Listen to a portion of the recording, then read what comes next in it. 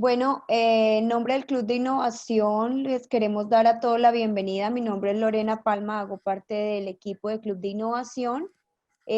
Bienvenidos a la segunda jornada del programa de gestión de riesgo operacional COVID-19, una jornada donde vamos a tratar la aplicación y las tecnologías de IoT para la gestión de riesgo operacional.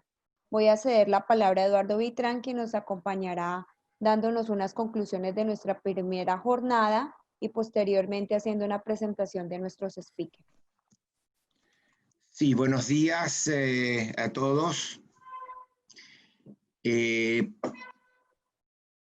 Ahí estamos. El programa de gestión, déjeme conectarme, gestión de riesgos operacionales COVID-19 es un programa que el Club de Innovación decidió lanzar a propósito de la necesidad que tienen las empresas de gestión de los riesgos de contagio en un contexto en que esta pandemia probablemente tenga una extensión más allá de lo prevista originalmente, y la necesidad de poder trabajar en forma lo más segura posible y además generar un impacto significativo sobre el sistema sanitario nacional. Tuvimos una primera jornada en que tuvimos la presentación de 4 panelistas sobre este tema.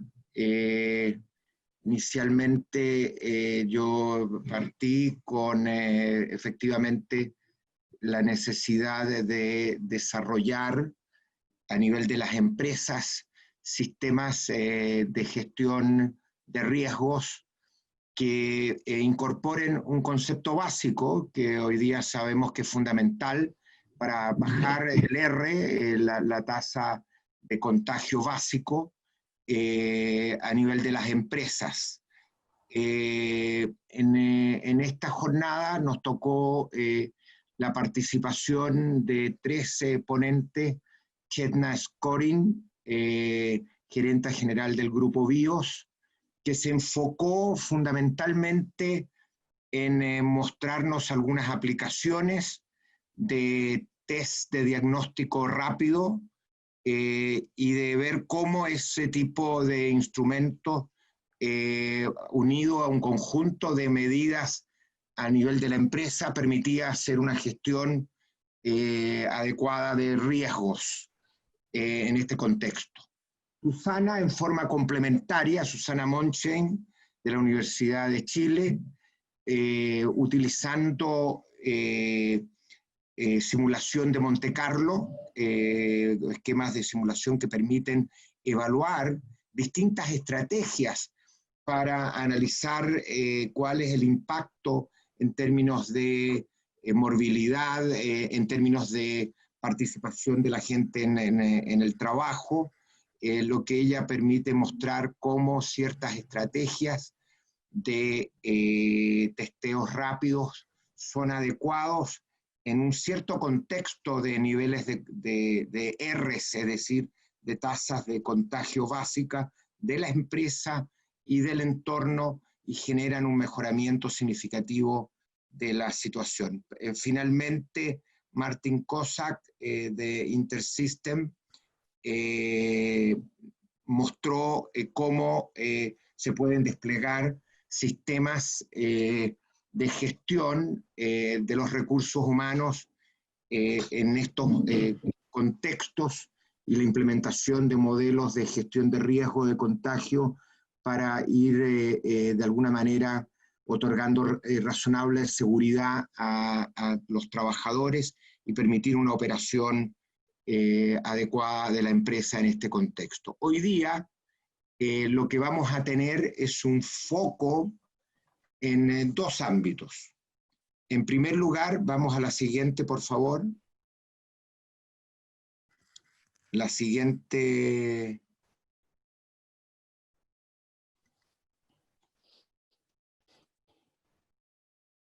Algo pasa que no cambia. Se quedó bloqueado, dame un segundo, por favor. Entonces, hoy día lo que vamos a ver son aplicaciones y de tecnologías de IoT y otro tipo de tecnologías. Vas a tener que partir de nuevo. ¿Ya? Comparte de nuevo la pantalla, Lorena. Sí. Bueno, pero esa es la anterior. Dame un segundo, por favor. Que esto...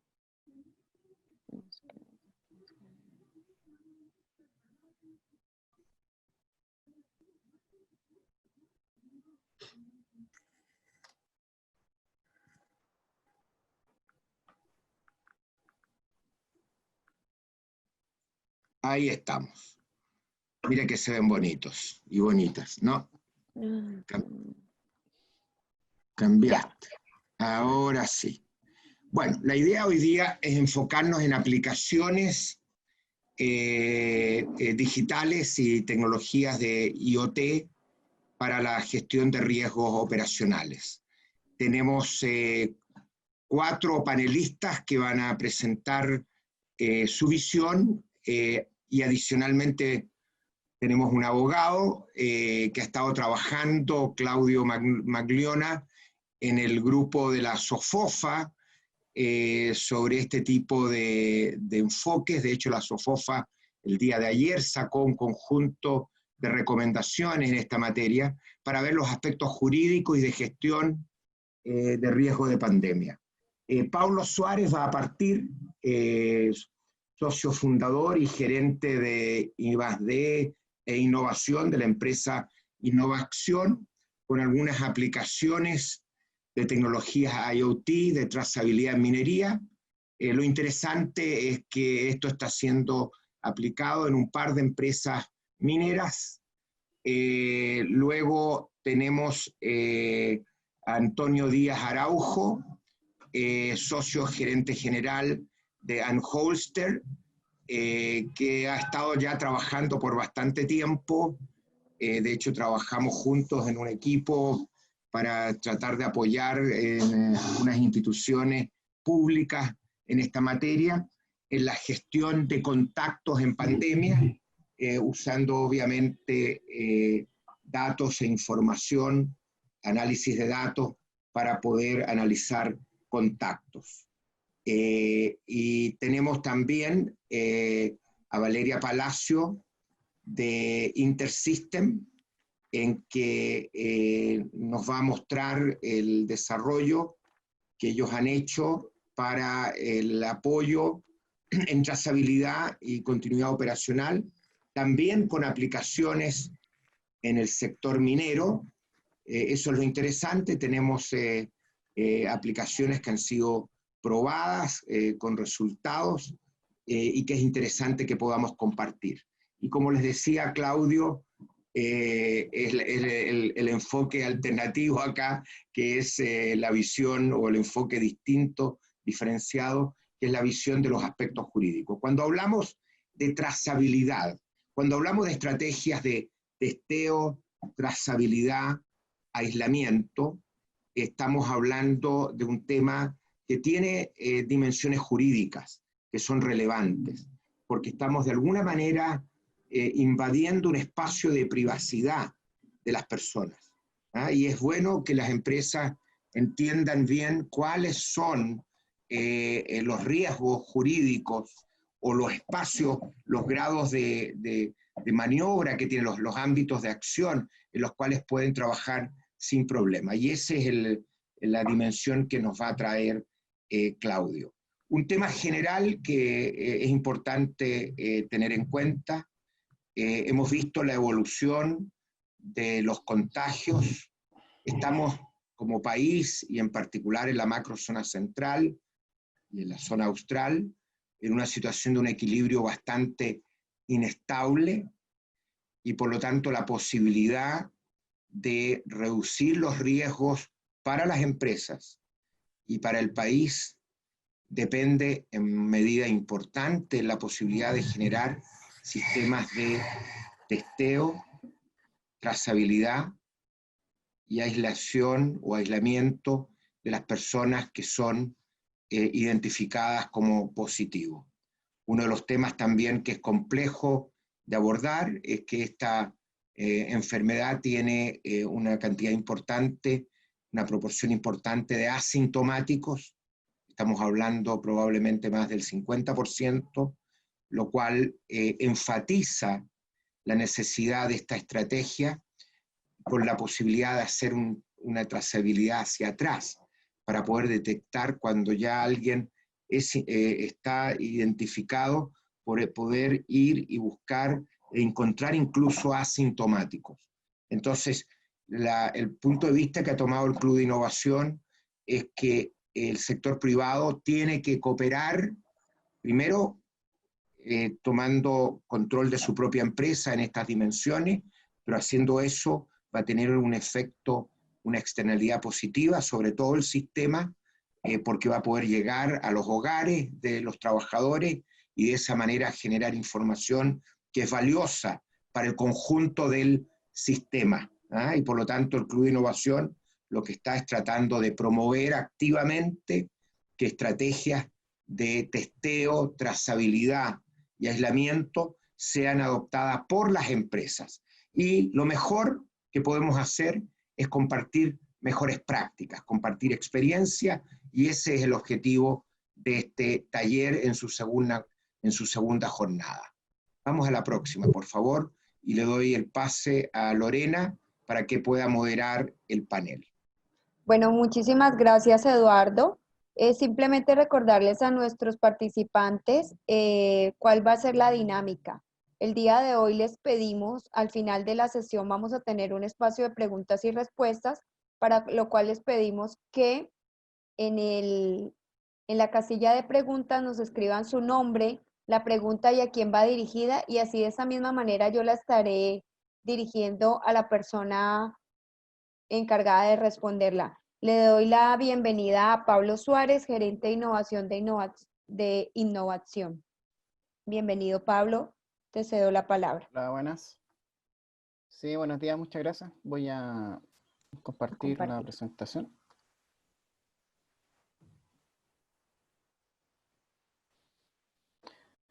¿Se ve? ¿Me confirman que se ve? ¿Sí? Está súper bien. Ahí ya, se perfecto. ve. Ya, bueno, de nuevo muchas gracias por la invitación. Mi empresa es una empresa un poco extraña dentro del tema COVID. En la práctica nosotros venimos trabajando hace años en tecnología, desarrollo de tecnología e implementación del IoT industrial en minería. Nosotros pasamos por desarrollos de muchas tecnologías para minería, de procesos, equipos, etc. Y hace unos 3, 4 años nos dimos cuenta que una de las cosas que iba a cambiar un poco el mundo de la minería era el tema del IoT o la Internet of Things, pero no de la forma como se ha planteado en el mundo no industrial, más techy, que se ve el IoT como una cosa como que todo tiene que ser inteligente, todo tiene que tener sensores y hasta un enchufe es conectable al Internet. No es así en la práctica. Sí, que lo que está pasando en la minería es que las aplicaciones del IoT industrial están mutando hacia tener instalaciones, plantas y operadores totalmente trazados, ubicables y con reporte de datos continuo. Eso es más o menos lo que se está haciendo en IoT, en IoT industrial. En el caso nuestro, por ejemplo, tenemos bastante experiencia, creo que tenemos todas las mineras de clientes hoy en día. Bastante experiencia en lo que es desarrollo de equipos especiales para sensorizar equipos particulares de la minería. Ese es un molino de bolas, que es un equipo de unos 6 metros de diámetro y unos 20 metros de largo. Y, por ejemplo, en el tiempo que hemos trabajado en esta tecnología, que en mi caso son casi 20 años, pero en IoT deben ser los últimos 7 u 8 años, nosotros nos hemos dado cuenta que muchas veces hemos tenido que desarrollar tecnologías muy particulares y muy especiales para resolver problemas que son particulares y son especiales. En este caso, nosotros fabricamos nuestra propia electrónica, desarrollamos nuestros propios sensores y una de las características del IoT es que funciona a gran escala. Un equipo, un molino de bolas, por ejemplo, utiliza alrededor de 600 sensores y puedes llegar fácil a los 2000. Entonces, la escala es muy grande y lo que terminas haciendo es que las plantas de la minera quedan iluminadas o están cubiertas por cierto tipo de antenas, en este caso nuestras, que captan la data. ¿Cómo llegamos al tema de COVID? Principalmente es porque hoy en día tenemos varias de las plantas importantes de las mineras grandes, las tenemos iluminadas. Hay muchos de nuestros sensores dando vuelta en Codelco, en Antofagasta Minerals, hay equipos nuestros en BHP, etc. Entonces, parte de lo que nosotros estábamos haciendo era sensorizar equipos, desplegar la data de la historia de esos equipos. Este es un dashboard típico nuestro que te muestra el estatus de, en este caso, de los engranes de un molino, y tú ves toda la data histórica y qué le pasó a cada uno de los dientes. A ese nivel de detalle nosotros podemos trabajar. Hemos sensorizado correas de transporte y nuevamente toda la data se despliega en un dashboard en que tú ves el histórico de cada componente. En paralelo nosotros estábamos haciendo unos proyectos de trazabilidad de operadores, también con sistemas IoT, en que colocando antenas en ciertos sectores de la planta yo podía trazar con precisión dónde estaban los operadores en cierto momento. Esto originalmente estaba planteado para detección, por ejemplo, en caso de una emergencia, cuánta gente había en una zona para poder hacer el que pudieran, digamos, arrancar, pero después se empezaron a dar cuenta y la aplicación que les fuimos dando era lo que se llamaba el Time on Tools.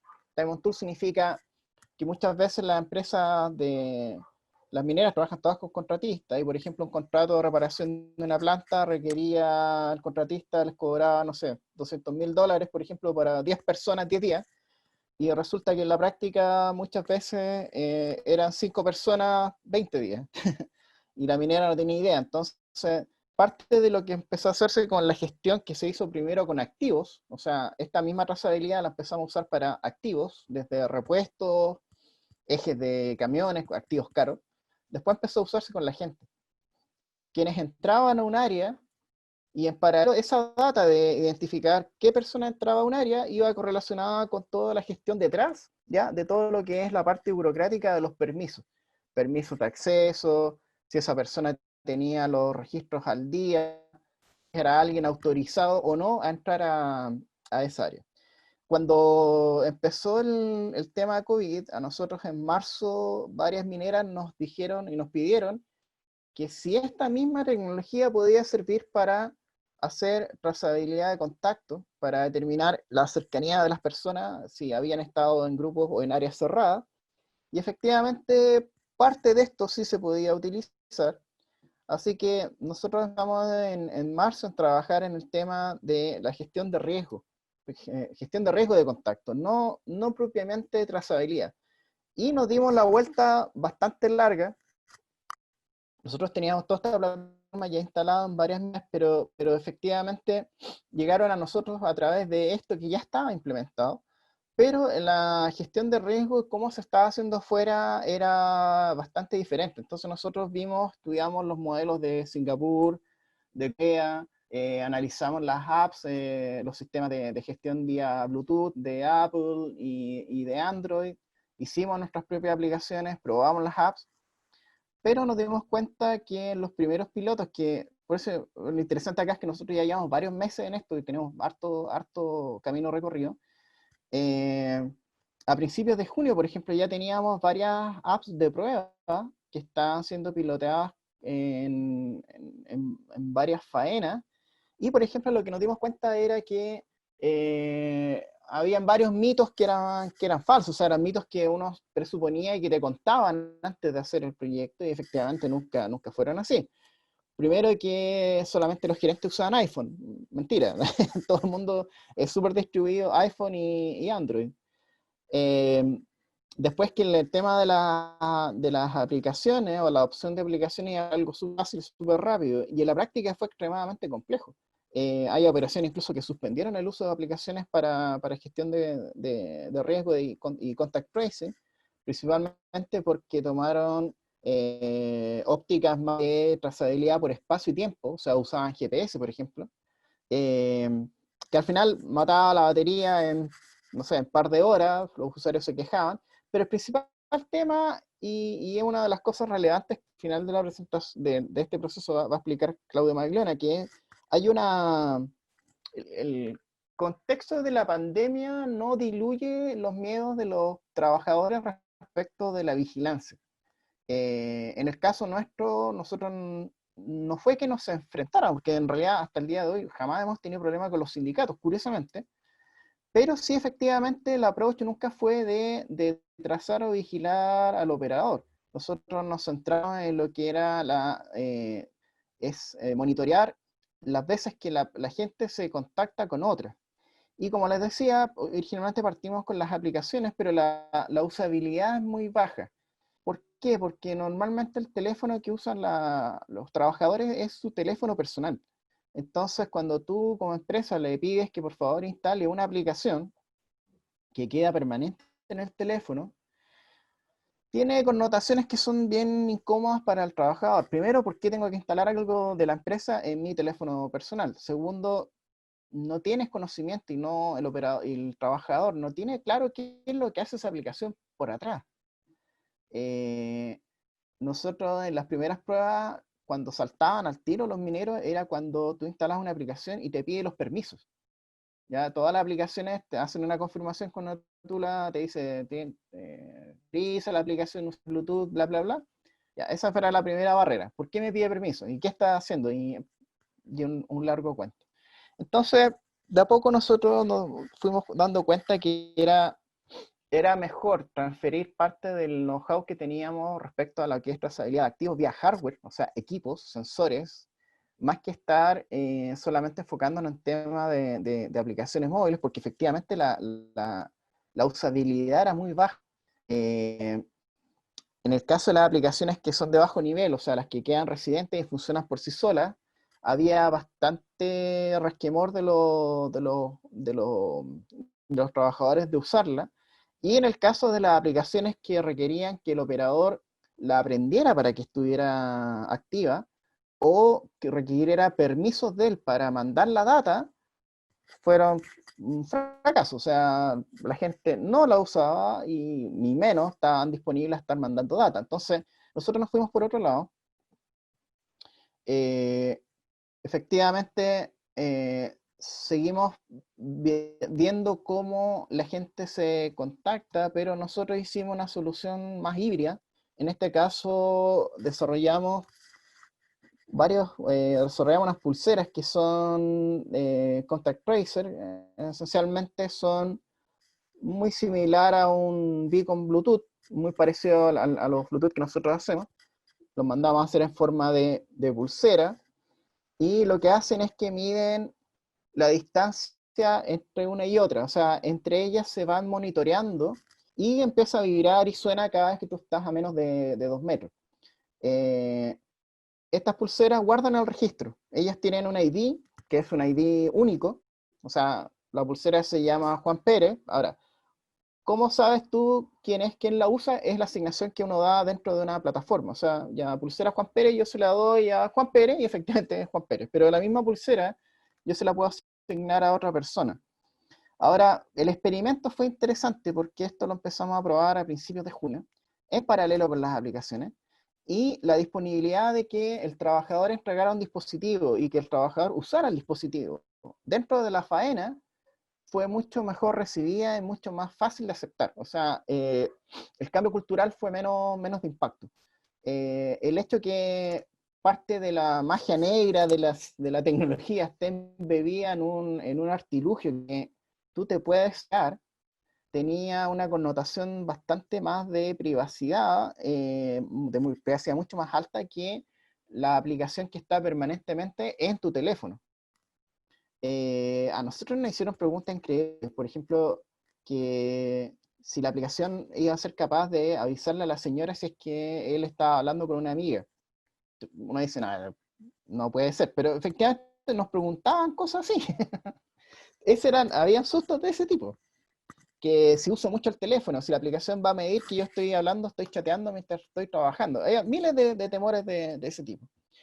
Con las pulseras no nos preguntaron nada, absolutamente nada. Nosotros con la pulsera les explicábamos que si se acerca a otra persona vibra, y si alguna de las personas en algún momento es positivo o COVID, nosotros vamos a analizar la base de datos para atrás y vamos a ver esa persona con quién se juntó y nosotros les avisamos si es que usted estuvo cerca de un posible contagio. Si no, no se preocupe, ni un problema. Dicho eso, todas estas tecnologías tampoco son mágicas. Gran parte de los desafíos que nosotros tuvimos y hemos tenido, porque también todavía siempre aparecen cosas, es cómo la gente lo usa y cómo capturas la data.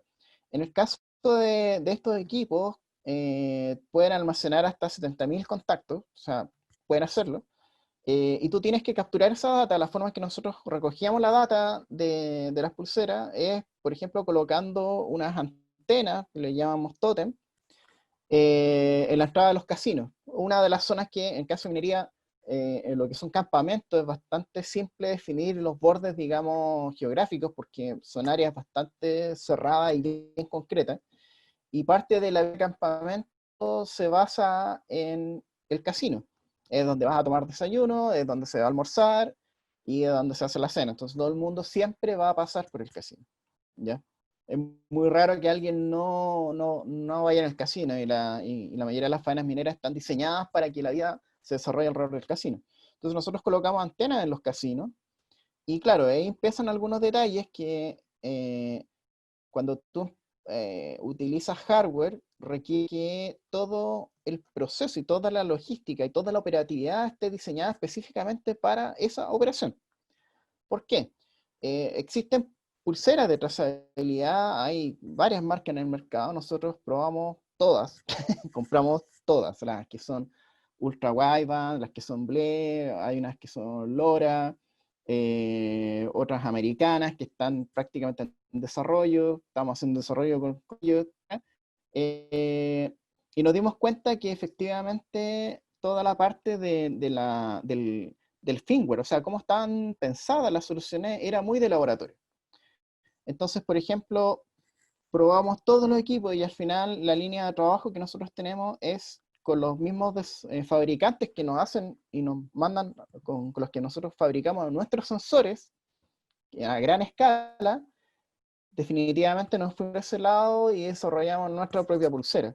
¿Por qué? Efectivamente porque hay cuestiones tan tontas como que la mayoría de estos equipos son capaces de medir la distancia de dos personas entre 1 o 2 metros, pero van a pitear, van a meter ruido mientras esas dos personas estén juntas. Ahora, en una faena minera es muy común que se suben 4, en este caso hoy en día máximo son 3, a una camioneta y se van, por ejemplo, de la concentradora, se van a la mina.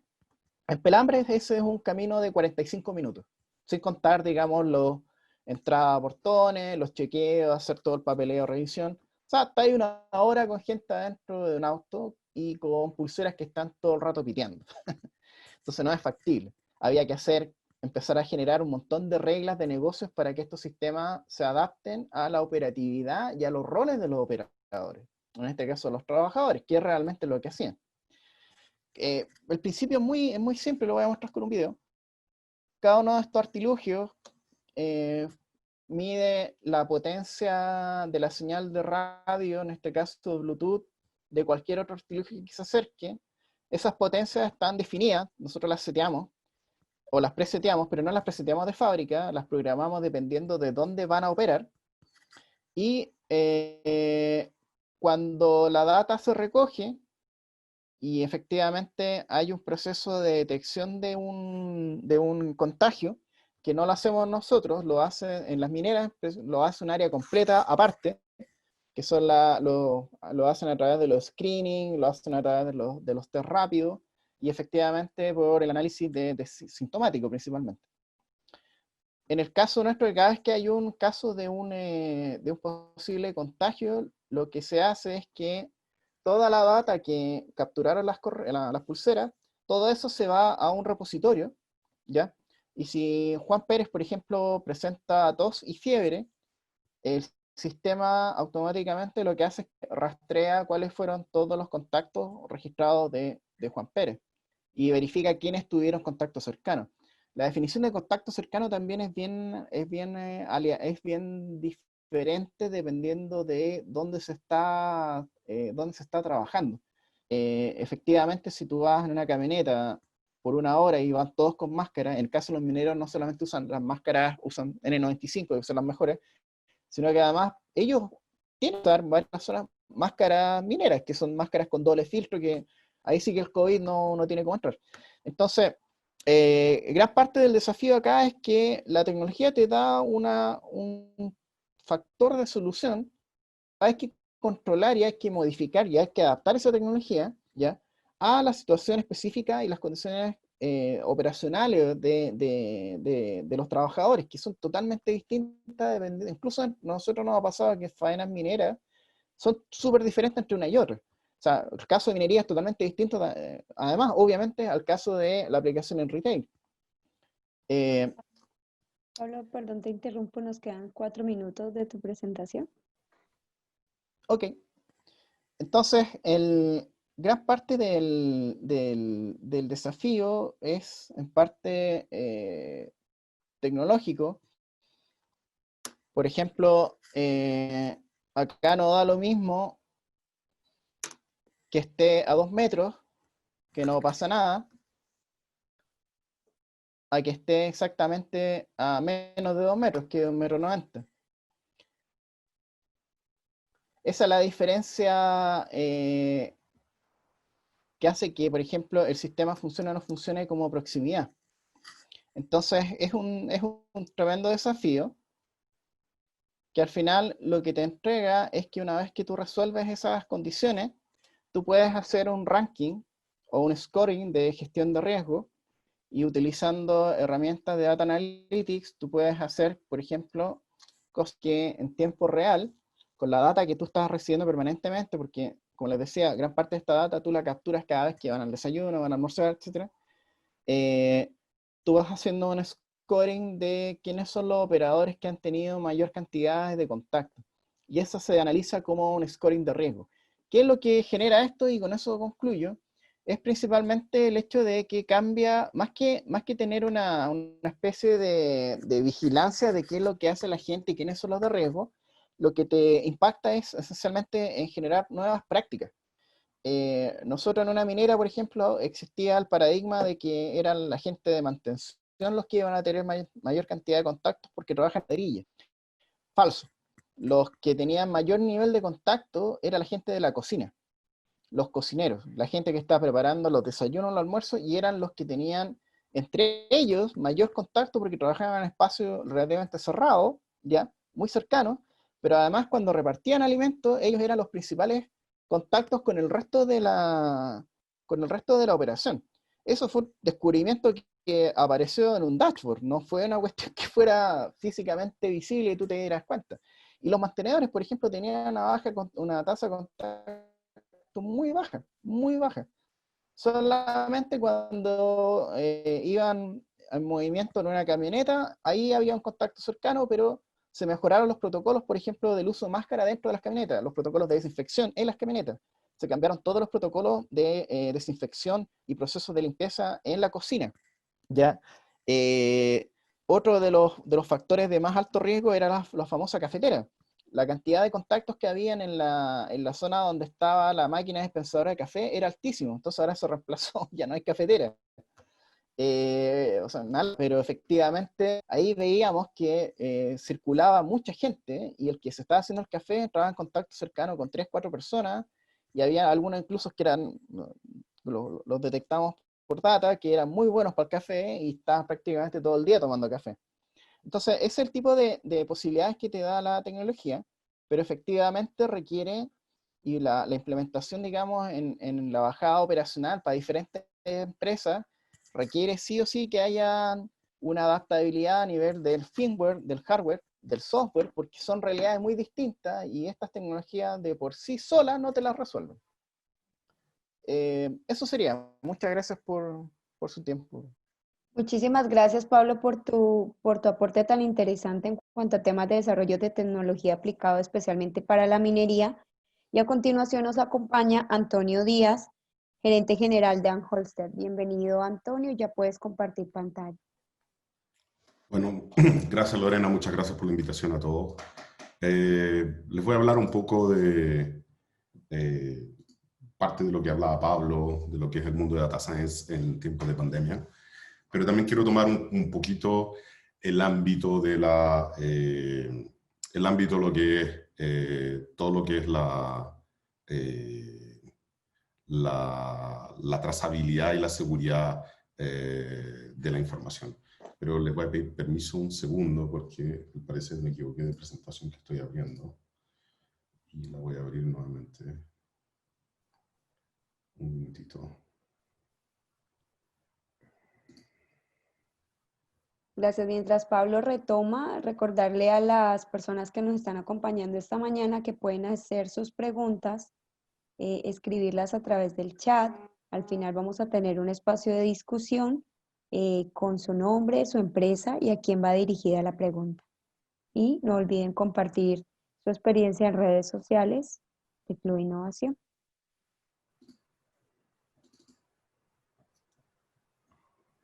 Un segundito que me equivoqué de presentación, ¿no? Tranquilo. Ahora encontrar la original.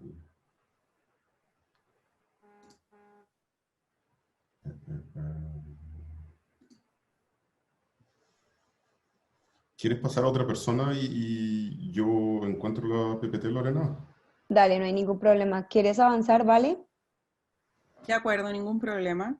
Listo. Comparto mi pantalla entonces. Bueno, bienvenida Valeria. Valeria es de Intersystem, directora del programa de aceleración corporativa, alianzas y startups. Bienvenida Valeria, puedes compartir pantalla. Muchas gracias, Lorena. Bien, buenos días a todos. Gracias por venir y conectarse y por el interés que manifiestan al participar de las iniciativas que se están desarrollando en Chile y también en otros países respecto a el control, ¿no es cierto?, de la pandemia COVID-19 y en el fondo de lo que significa, ¿no es cierto?, poder trabajar y poder operar en lo que significa, como les decía, este contexto que llegó para quedarse por un tiempo al menos.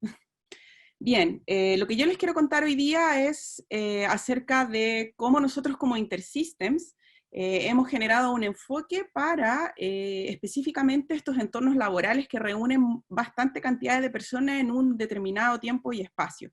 Llámese mineras, llámese empresas de elaboración de alimentos, de manufactura, etc. ¿Ya? Si bien el caso anterior que mostró Pablo estaba enfocado netamente en la minería, porque ellos son proveedores de minería, nosotros en Intersystems, al ser proveedores de plataformas tecnológicas, podemos tener la flexibilidad, ¿no es cierto?, de poder adaptarnos a estos distintos contextos laborales. Bien. A ver.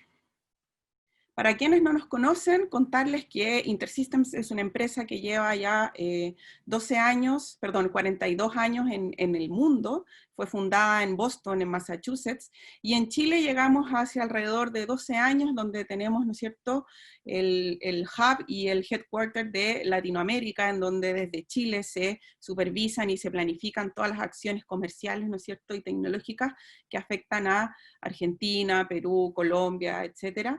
Y en Chile, donde mayormente somos conocidos por ser los principales proveedores del registro clínico electrónico para establecimientos de salud pública y también privada en Chile.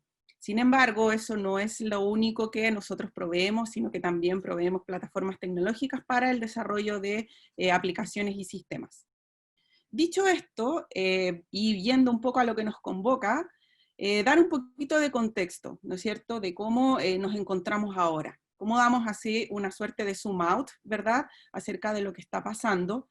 Y podemos decir que hay un cruce de medidas que están teniendo un impacto muy importante en las tendencias de lo que está ocurriendo en nuestro país, a 3 niveles principales. Primero, comentarles, ¿no es cierto?, de gobierno, que es lo primero que podemos ver, que hay, ¿no es cierto?, una acción importante en torno a temas regulatorios, hay leyes, ¿no es cierto?, que están impulsándose y desarrollándose, que ya están siendo promulgadas, para apoyar, ¿no es cierto?, temas económicos, para, ¿no es cierto?, cuidar de nuestro personal de salud, que afectan temas de educación y, por supuesto, en transporte.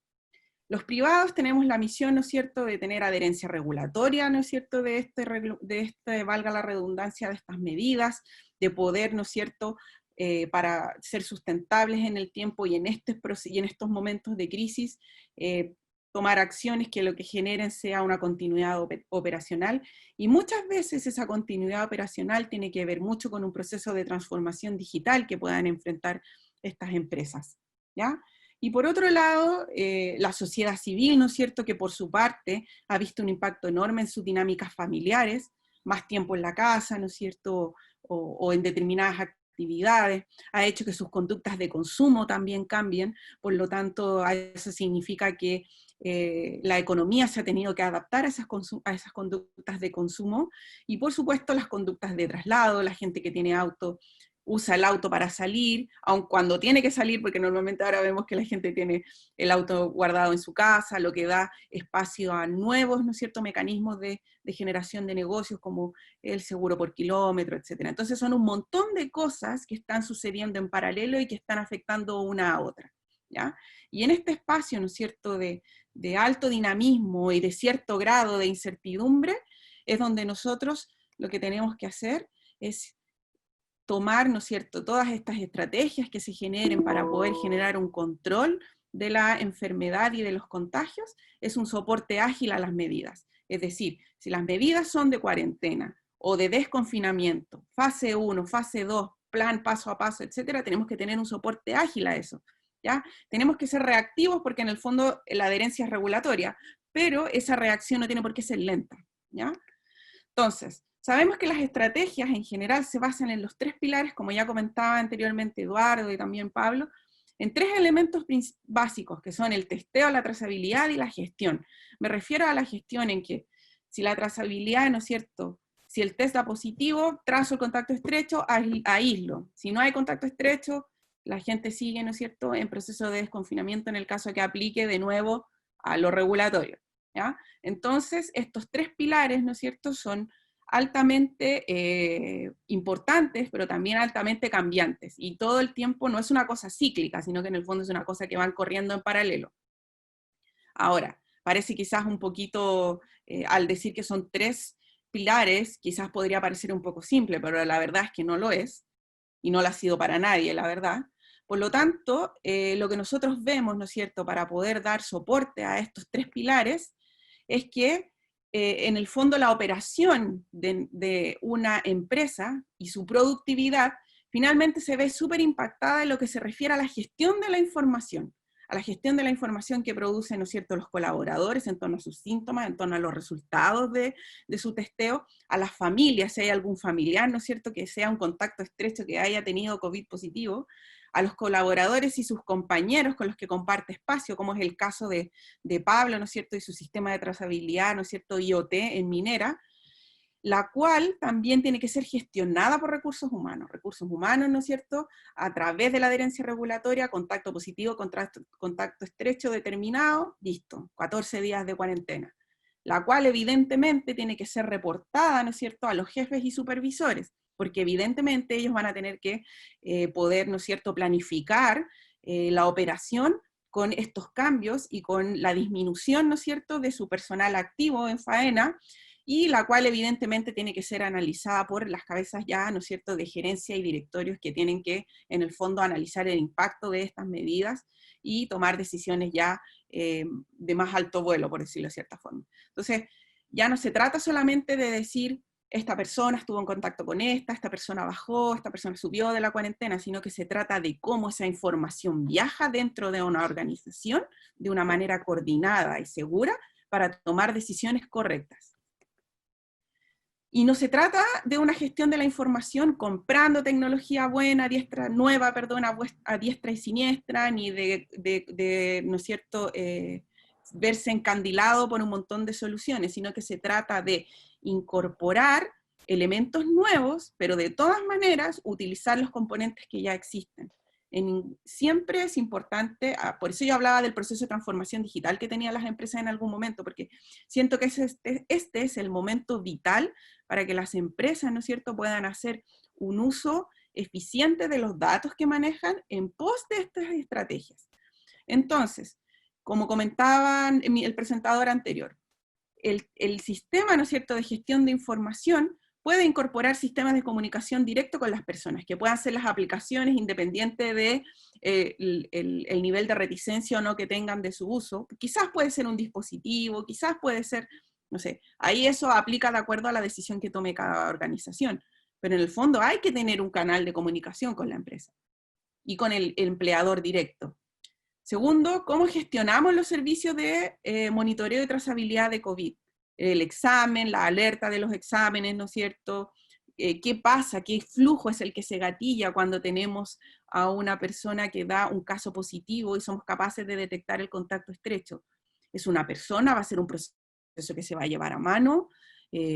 ¿Nosotros como personas podemos fallar? ¿Qué pasa si hay un problema de trazabilidad por una falla humana? Todo ese tipo de cosas, ¿no es cierto?, tenemos que ser capaces, ¿no es cierto?, de dimensionar. Por otro lado, integrar sí o sí los sistemas de gestiones de las empresas, o sea, de sus materiales, desde sus recursos físicos, evidentemente hacia sus recursos humanos, que son evidentemente lo más importante. Y en cuarto lugar, tener la capacidad de hacer analítica de datos que me diga, ok, tengo una incidencia importante en este sector de casos, quizás tengo que cerrar todo, ¿no es cierto?, esa unidad por los 14 días por el tema de la cuarentena, o quizás tengo una poca incidencia, etc. Tener esa capacidad de hacer un zoom out, tener esa capacidad de ver como el big picture, por decirlo de cierta forma, de lo que está pasando en la operación en torno a los trabajadores. Y esa es una analítica que se logra a través del intercambio de datos, ¿no es cierto?, y de poder generar esa visualización. ¿Cómo nosotros como InterSystems podemos ayudar en este proceso? Ayudar en el proceso de la transición de la información con un propósito. Incorporando, ¿no es cierto?, todas estas soluciones del ecosistema como las de Pablo, ¿no es cierto?, como los modelos matemáticos, con la simulación de Monte Carlo, como con dispositivos IoT, etc. Primero que todo, la interoperabilidad en el centro. ¿A qué me refiero con interoperabilidad? Con poder habilitar, ¿no es cierto?, a los sistemas para que intercambien información, pero no es un intercambio de información antojadizo, es un intercambio de información con gobernanza de la información, federado, es decir, que tiene un propósito, que no es información por información, que es una información para generar un proceso en particular, que no es toda la información de la persona, que no es toda la información de la empresa, es una información en un formato determinado y en una cantidad determinada y con un sentido determinado, ¿ya? Poniendo yo la interoperabilidad al centro, ¿no es cierto? Soy capaz de, ¿no es cierto?, generar un flujo que dependa de toda esta información que está recibiendo en estos distintos sistemas segregados, que son, por ejemplo, el ERP o los sistemas de SAP o sistemas heredados. Los dispositivos IoT, como el caso de Innovación, o las apps que sean de monitoreo donde los trabajadores ingresen sus síntomas, ¿no es cierto?, y un montón de otras cosas más. Un registro de paciente con un índice maestro. Me refiero a paciente porque lo que estamos haciendo en el fondo, en este proceso, es gestionar salud ocupacional. Si nos estamos ocupando, ¿no es cierto?, del estado de salud de las personas y de su seguridad, más allá de lo que hacen con su cuerpo en términos físicos, de accidentes, ¿no es cierto?, fracturas, cortes, etcétera, caídas de objetos, también nos estamos preocupando de su salud en términos ocupacionales al tener, ¿no es cierto?, esta supervisión del contacto estrecho, de sus síntomas. Por eso hablamos aquí, por eso yo puse acá que es paciente en el fondo, ya, aunque sabemos que es colaborador, con un índice maestro que tiene un valor súper relevante básicamente porque la fuerza de trabajo extranjera en espacios donde hay una gran cantidad de personas haciendo distintas tareas como en la minería, y mencionaba antes industrias de manufactura, etcétera, es cada vez más creciente. En nuestro país las personas ingresan con un RUT, luego que obtienen, ¿no es cierto?, procesos de nacionalidad, etcétera, cambian el RUT, etcétera. Entonces el problema es que se pierden, se duplican las identidades, ¿ya? Porque el RUT es el sistema unívoco de identificación que tiene un paciente, o una persona en general en Chile. Entonces se duplican los registros, y con esto somos capaces de unificarlos, o al menos que no se dupliquen, ¿ya? Y por otro lado, la incorporación también de un sistema de laboratorio que lo que integre sea un flujo, ¿no es cierto?, de la toma, análisis de la muestra, evidentemente con la reportería, que sea una reportería, ¿no es cierto?, como se trata de información confidencial, cumpliendo, ¿no es cierto?, con la seguridad y también con los aspectos legales que eso implica. Vale, nos quedan ¿Sí? 4 minutos. Sí, estoy terminando ya. Lo que nosotros proponemos es la gestión de salud ocupacional del colaborador. En este sentido, ponemos una plataforma de gestión de salud ocupacional en el centro, la cual cuente con una identificación unívoca del trabajador, que sea interoperable, que consuma data de otros sistemas y que también pueda ser implantable tanto en la nube o en los servidores de la misma organización, que pueda generar un registro clínico del trabajador si es competente, que pueda tener alertas de trabajadores que necesitan irse en cuarentena, de que necesitan, habiendo cumplido esa cuarentena, realizar el test de salida para volver a incorporarse a la faena, que se integre con el equipamiento médico y tanto para datos y mantenimiento, que pueda apoyar la gestión de compras de insumos, que tenga un completo flujo trazable y auditable desde la toma hasta el análisis y reportería de la muestra, que pueda adaptarse de manera ágil. A lo mejor la cuarentena cambia de los 14 a los 21 días. Eso tengo que ser capaz de incorporarlo ágilmente en el sistema. Entonces la idea es poder tener flujos que no requieran un desarrollo adicional y por supuesto que tenga los más altos estándares de confidencialidad y seguridad dada la naturaleza sensible de esta información. Las dos herramientas o soluciones de InterSystem que dan sustento a esta estrategia son dos. Primero, Iris4Health, que es nuestra plataforma de gestión de captura, procesamiento y analítica de datos, e InterSystems Tracker, que es nuestro registro clínico electrónico, los cuales han sido, ¿no es cierto?, catalogados y premiados por la investigadora de herramientas de salud CLAS, como los mejores en su clase para este año 2020. Y con eso termino mi presentación, así es que les agradezco nuevamente por el tiempo y creo que anduve justo con el timing, me parece, Lorena. Sí, súper bien con el timing, nos ganamos, nos abonaste 5 minutos, gracias Valeria. Buenísimo, ok, súper. Así es que, bueno, espero las personas que tengan preguntas que las puedan escribir en el chat porque muy amablemente voy a poder responderlas al final de la presentación que ahora vamos a escuchar por parte de la persona que estaba pendiente. Gracias Valeria, muchísimas gracias por tu aporte. Antonio, ¿ya estás ok con tu presentación? Sí. Ahí queda mi correo por si acaso, mis datos para quienes quizás quieran contactarme de manera independiente. Estoy ok. Gracias Valeria, gracias Pablo por su Por favor, Antonio, no hay problema. Gracias sí, Antonio por la invitación. Le voy a hablar un poco de Data Science y mecanismos de trazabilidad. Yo creo que lo que han explicado ya Lorena y Pablo desde el punto de vista de mecanismos de IoT y todo lo demás, yo creo que cubre y voy a avanzar bastante rápido en la presentación en ese sentido, no los quiero aburrir, pero básicamente voy a hablar de la pandemia, de qué significa volver al trabajo, qué contextos se dan y por qué es tan clave la privacidad de datos y cuidar este tipo de información. Bueno, la pandemia en este caso tiene componentes que son bastante complejas. Yo diría que la poca trazabilidad, los asintomáticos y el periodo de incubación son cosas que dificultan la trazabilidad de esta. Países asiáticos han tenido mejores respuestas que nosotros porque ya tuvieron SARS y MERS en este sentido. Y por lo tanto tenían herramientas de trazabilidad que ya funcionaban de mejor forma. Pero el problema de la pandemia son que yo tengo las casas, las familias, el trabajo, el colegio o las organizaciones y lugares públicos. Y esto es un problema de mallas, es decir, no importa solo lo que yo haga en el trabajo, o no importa solo lo que yo haga en un colegio, o no importa solo lo que yo haga en una casa, sino que es cómo se interrelacionan todas estas mallas. Y acá me permito mostrar un ejemplo de cómo se ven estas mallas relacionales. Estas mallas en este caso están hechas en función de todo lo que es la información pública del padrón electoral, pero lo que ustedes pueden ver son mallas de personas y cómo estas personas se interrelacionan con ellas.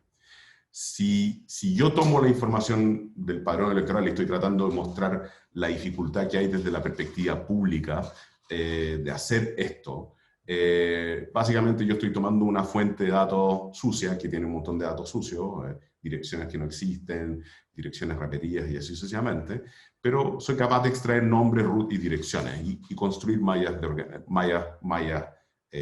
familiares propiamente tal. Estas mallas relacionales tienen aplicaciones muy concretas. Nosotros le hicimos una plataforma a la Fiscalía Nacional Económica que hoy día le permite efectivamente monitorear en forma proactiva las compras que están ceñidas a las leyes de libre competencia. Por lo tanto, si una empresa está comprando un porcentaje mayor a un 10% de su competencia, tiene que informar, y tiene un mínimo de 100.000 UF de venta, lo tiene que informar y son candidatos a ser fiscalizados.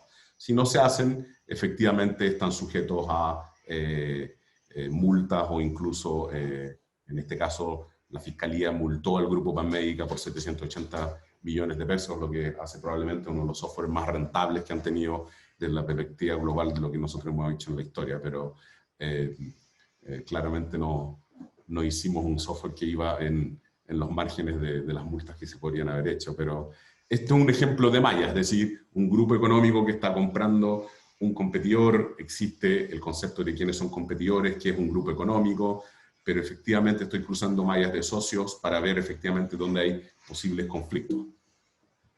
¿Y cuál es el problema que existe propiamente tal en esto? Es cuando yo quiero ver el problema de la exponencialidad. En los ejemplos que plantearon Valeria y Pablo, claramente se grafican de una forma ejemplar en este tipo de cosas. Son dos personas cuya conexión yo no sé a priori, pero efectivamente son hijos de compañeros de colegio, por lo tanto, si tengo un contagio en un lado de un nodo entre familiares y va avanzando ese contagio y cruza al otro lado, lo que yo empiezo a tener es un contagio exponencial. ¿Cuál es el problema de eso? Es que no importa las medidas que yo tenga en la mina o en la empresa que yo tengo hoy día, si efectivamente el contagio yo no soy capaz de pararlo, efectivamente lo que llevo a es un contagio exponencial. Y acá le estoy mostrando la malla de Enhoster. En Enhoster somos 52 personas, somos una empresa dedicada a todo lo que es el análisis, el software hecho a medida, pero dentro de los ámbitos de Big Data y optimización. Pero acá son 52 personas, y si estoy tomando netamente los círculos de primer nivel, es decir, parejas o personas que viven alrededor mío. Pero la pregunta es, ¿qué pasa si son 1000, si son 100, si son 5000? Y empiezo a tener contagios exponenciales. ¿Cómo evito un contagio exponencial dentro de la organización? Y aquí entra a jugar un efecto no menor, que es el voluntarismo. Primero que nada, en Chile, si bien el root es una fortaleza gigantesca comparado con otros países de la región, es un identificador único, tal como lo mencionó Valeria, el problema que tenemos nosotros es que hay varios actores dentro del mundo de la salud. Está el MinSal, que maneja los hospitales, los municipios que tienen a cargo los centros de salud familiar, las empresas y los ciudadanos. Pero la pregunta acá es si este esteado en la mina o si está bajo un esquema de seguridad laboral bastante coordinado y eficiente. Ese tipo de información debería ser orquestada por alguien. Y hoy día es bastante voluntarista. Y les doy un ejemplo que he estado usando frecuentemente el último tiempo. Si mi hijo vuelve en un transporte escolar con 2 niños, o con 5 niños en el mismo transporte, y uno de ellos salió contagiado, efectivamente el curso del niño contagiado debería testearse o decir que tuvo un contacto estrecho. Todos los niños que van en el transporte exactamente lo mismo. La conductora del transporte exactamente lo mismo, y probablemente lo haga en más de un curso, más de un colegio. Y en cada uno de los hogares de todos los niños que se transportan deberían efectivamente plantear que tuvieron un contacto estrecho. Eso hoy día es absolutamente voluntario. No hay nada que obligue a las personas a hacerlo. Y por lo tanto, esta parte de la coordinación hoy día sigue siendo voluntarista. Asumo que en esto, desde el punto de vista legal, van a haber distintas opiniones. Asumo que Claudio tendrá una opinión respecto a esto, pero hoy día no hay una obligación proactiva de los usuarios de hecho, entregar información de que ellos tuvieron un contacto estrecho, sino que más bien está dentro del mundo de la trazabilidad, el efectivamente del gobierno, el hacer esa trazabilidad. Pero les doy un ejemplo: si yo estuviera en una reunión en un lugar cualquiera, lo que ando buscando es efectivamente testear, notificar, contactar y trazar. En este caso, si hay personas que salen positivas en el COVID, ellas no deberían asistir a la reunión. Lo que debería tener es que los casos positivos con el test de PCR, el test de PCR tarda varios días, los test rápidos pueden tardar 15 minutos, pero efectivamente tienen una tasa de error de casos positivos, y los casos negativos también se deberían informar. La gran gracia es que si los casos negativos se informan, yo desde el punto de vista de datos estoy viendo un problema mucho más acotado desde la perspectiva de qué bolsones se están testeando permanentemente y qué bolsones no. Pero sigue siendo el problema de quién llama. Por ejemplo, si yo soy una minería con un PCR, ¿la empresa es la que define la cuarentena? Probablemente que sí, pero informa al CEREMI, y el CEREMI es el que hace la contactabilidad y el que está monitoreando la cuarentena, y así sucesivamente, como las partes del rol en esto necesitan ser cada vez más aceptadas. También es importante, efectivamente, el comunicar esto en forma correcta. Países asiáticos han tenido mucho éxito con la mascarilla en forma permanente, los guantes en forma permanente. Yo creo que es un camino que probablemente nosotros deberíamos seguir desde esa perspectiva global.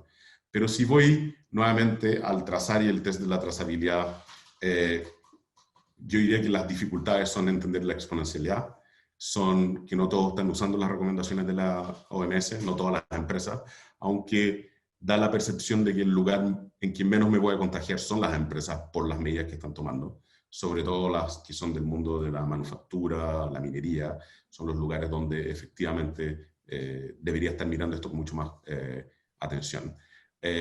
Uno de los efectos esenciales de la pandemia es que yo tengo que ser muy rápido en sacar de circulación a las personas que están contagiadas o que tuvieron contactos cercanos. Y las empresas no están acostumbradas a esto. No es un proceso en que las empresas hayan estado en este tipo de operaciones y han transformado recursos humanos efectivamente en un mundo mucho más ágil y mucho más requerido de lo que usualmente lo son. ¿Cuál es el contexto de esto de los datos? O sea, los datos, yo tiendo a decir que eran el nuevo petróleo por el precio del petróleo, pero básicamente lo que nosotros nos hemos contado desde el punto de vista de la instalación de nuestra plataforma, que se llama Cuidémonos, es que hay una expectativa muy grande en que los datos son confiables, están unificados, son accesibles, pero la realidad termina siendo que los datos son poco confiables.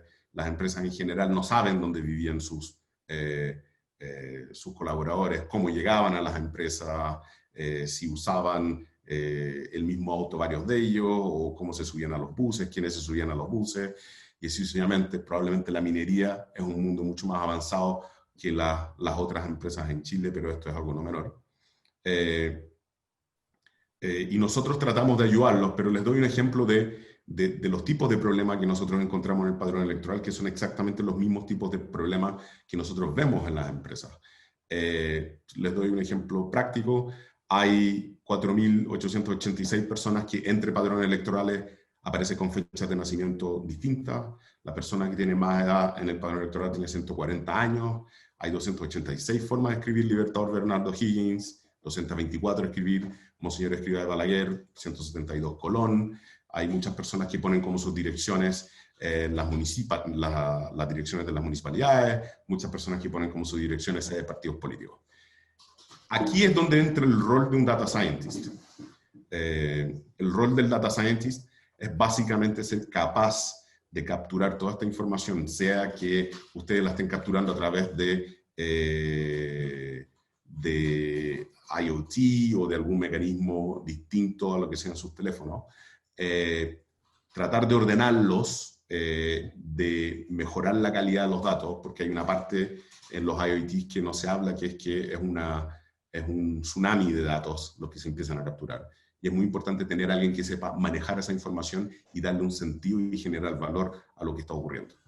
Ahora, lo que nosotros hemos visto es que en general, si yo estoy hablando de datos, El data scientist es una definición que usamos nosotros, es una persona que sabe mucho más de ingeniería de software que un estadístico tradicional, y es un estadístico que sabe mucho más de software que un ingeniero de software que sabe mucho más de estadística que un ingeniero de software tradicional. Él tiene que ser capaz de generar efectivamente experimentos en forma autónoma. Ahora, ¿qué tratamos de decir en eso? Del punto de vista de la evolución, yo usaría Excel si tengo pocos colaboradores, a lo más 50, por así decirlo, y si tengo más de 50 colaboradores dejaría de usar Excel.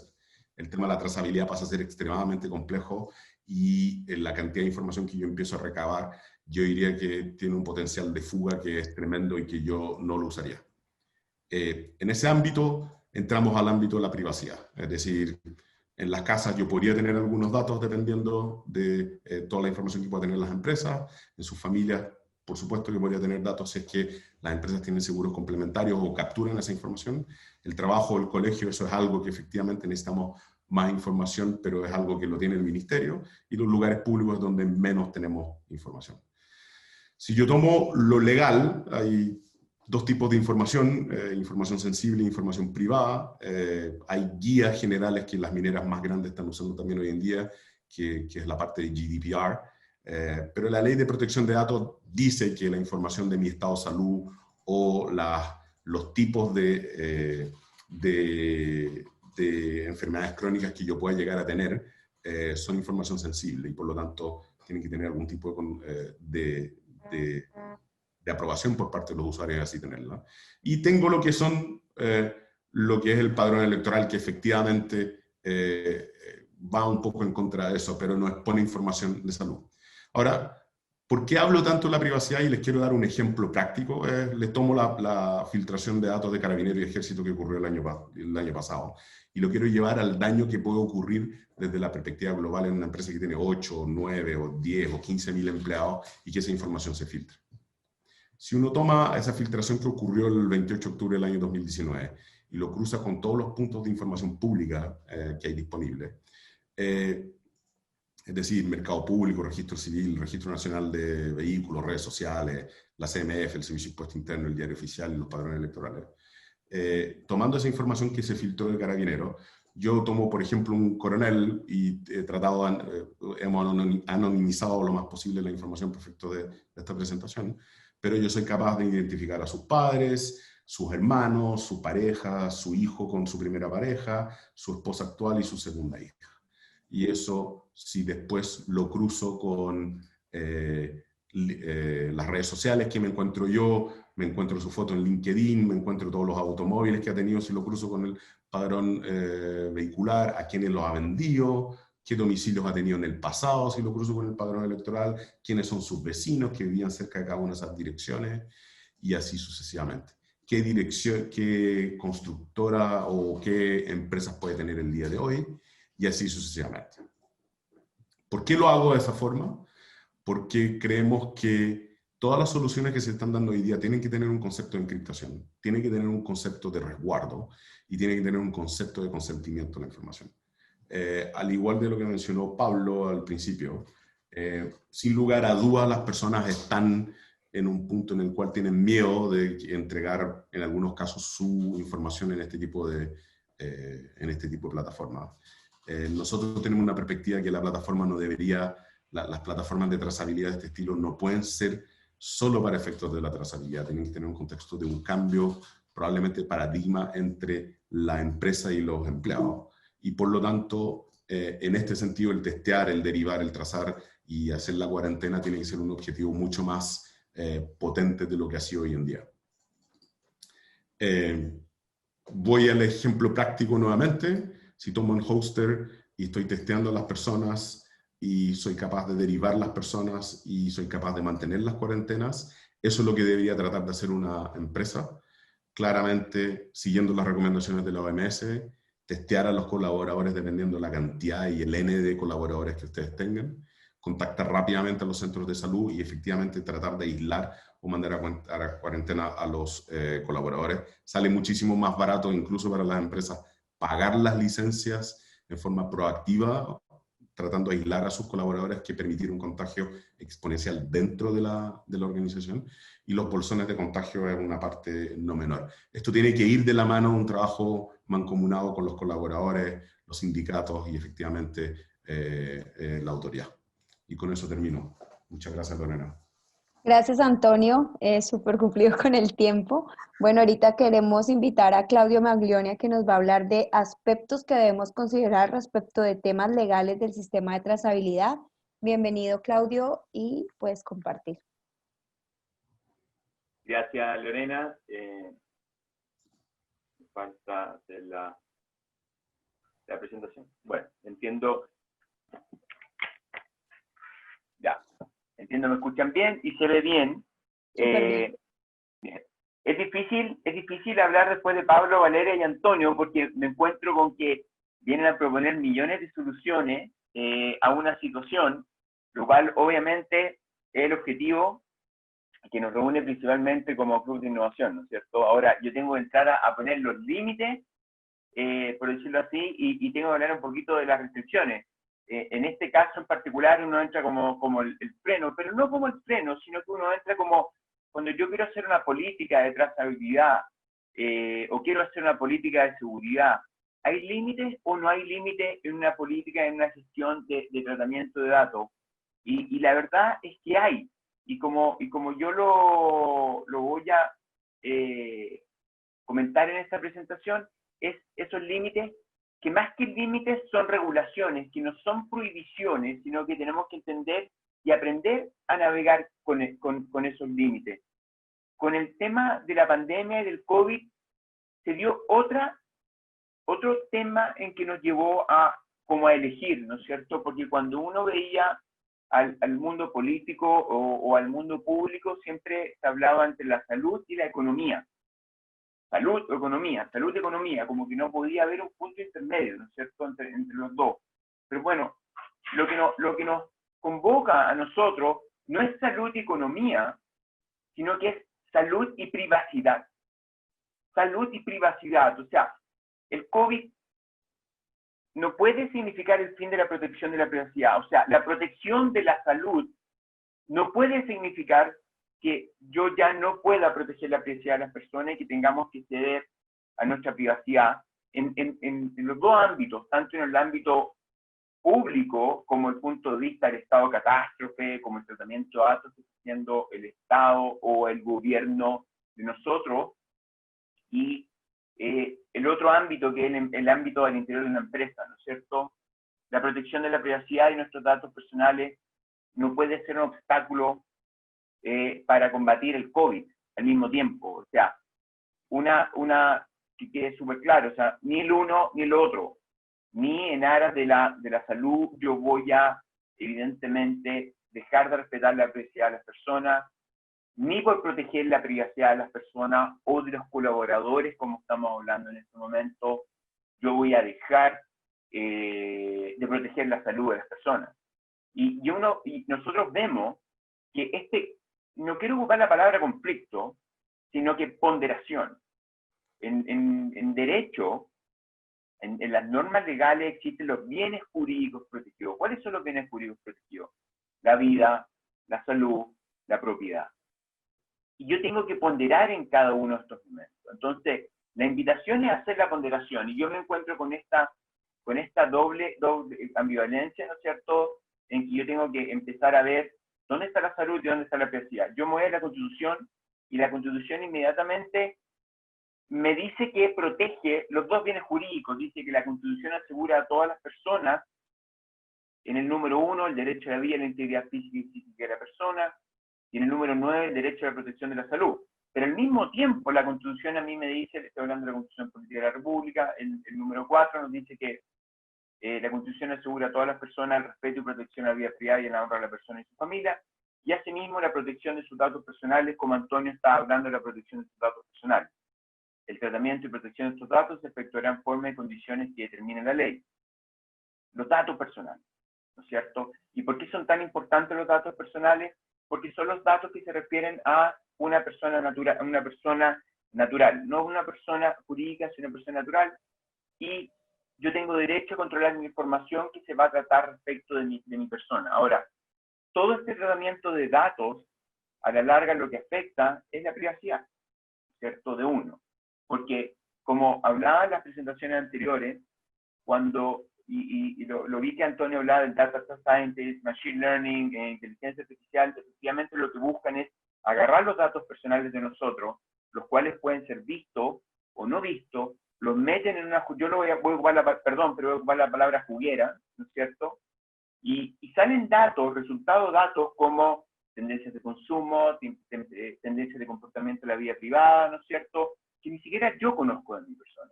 Y ahí es donde empieza este ámbito de decir, bueno, ¿puede este tercero tratar datos personales de mi persona o requiere mi autorización? Claramente, nuestra legislación, la ley 19.628, como la mencionaba Antonio, es una legislación deficiente. Hay un proyecto de ley que hoy día está en el Senado, que está terminando su tramitación en la Comisión de Hacienda del Senado, que está detenido. Lamentablemente, los proyectos de leyes en nuestro país se detienen hasta que viene una urgencia. Me llama la atención que este proyecto no se haya movido porque el proyecto de delincuencia informática que estaba aprobado en el Senado y que estaba durante meses esperando que se moviera en la Cámara de Diputados, el de delito informático, el 21 de septiembre, la próxima semana, va a reiniciar su tramitación, producto que sucedió en lo del Banco Estado. Entonces, nos llevamos con ese tipo de situaciones en nuestro país en que la contingencia activa los proyectos de ley, ¿no es cierto?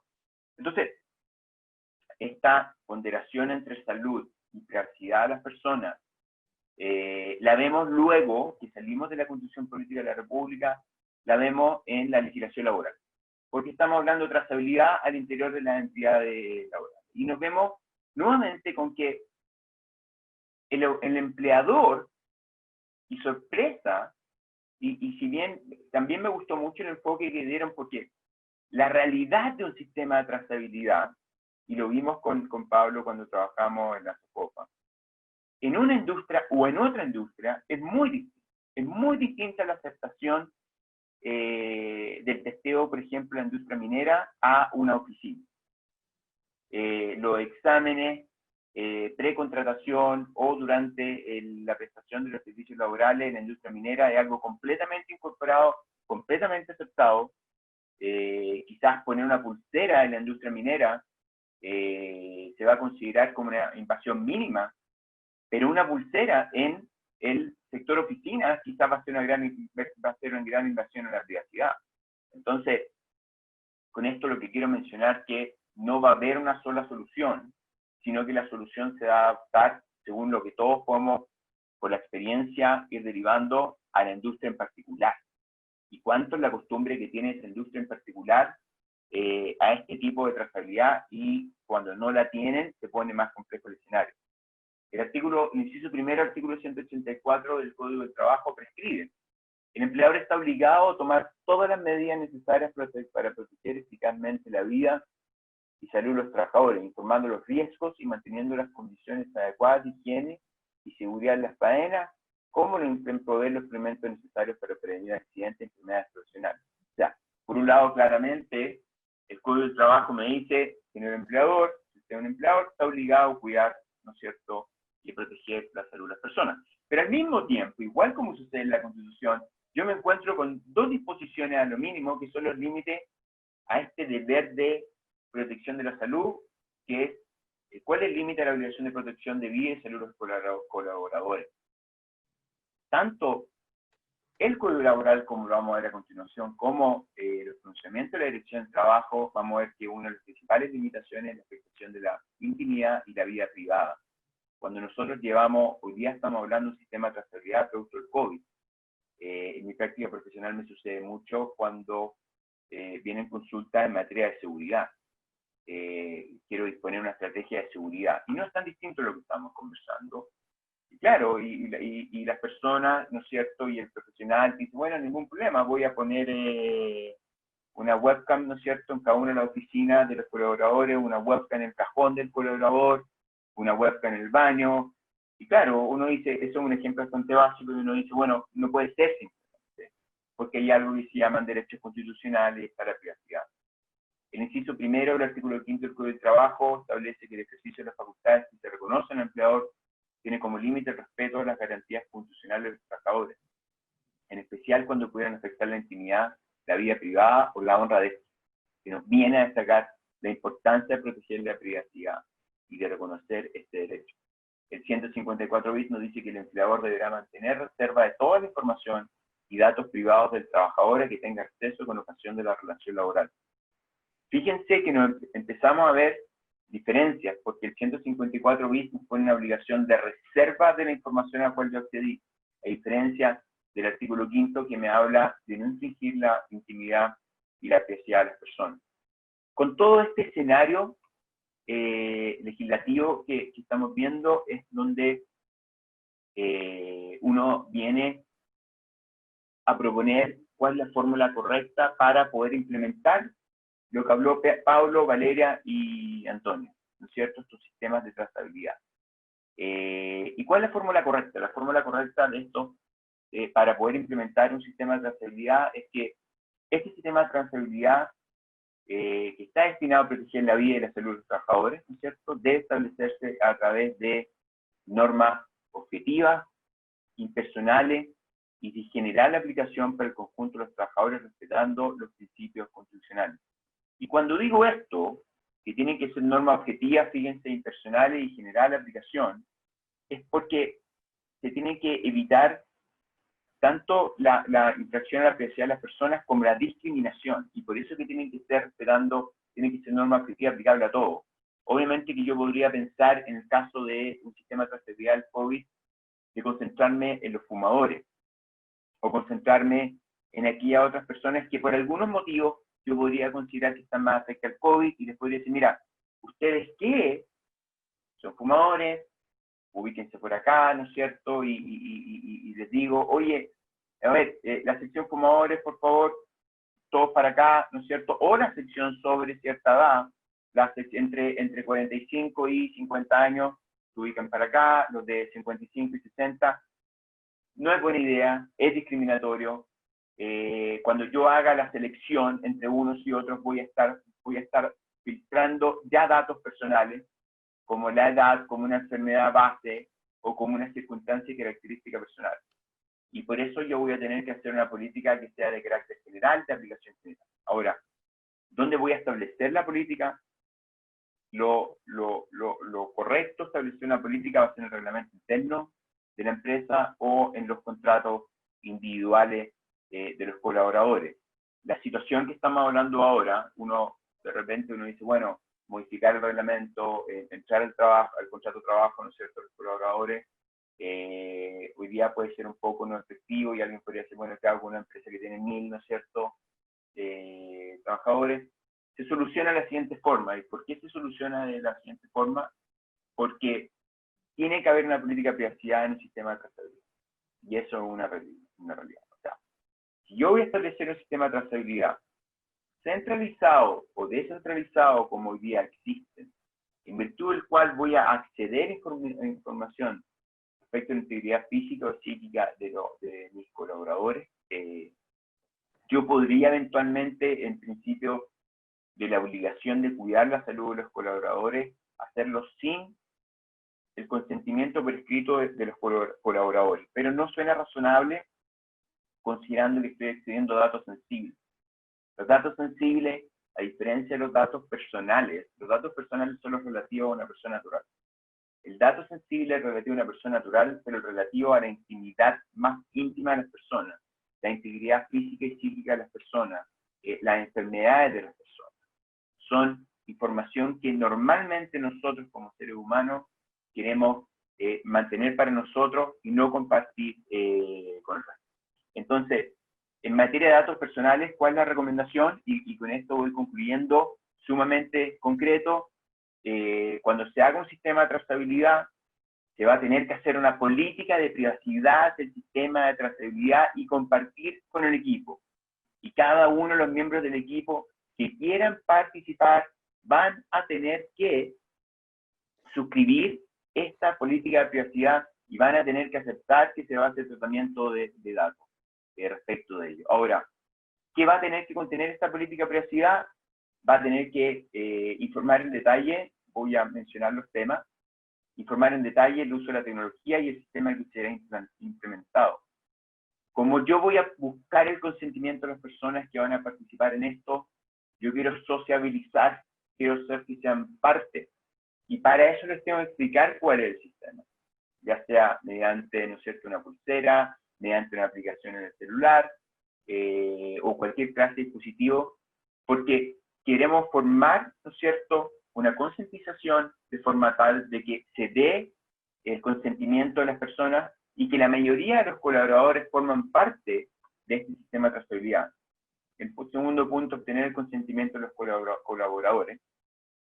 Y luego se dan las normas propias de una ley de datos personales, como respetar los principios de finalidad, proporcionalidad y minimización.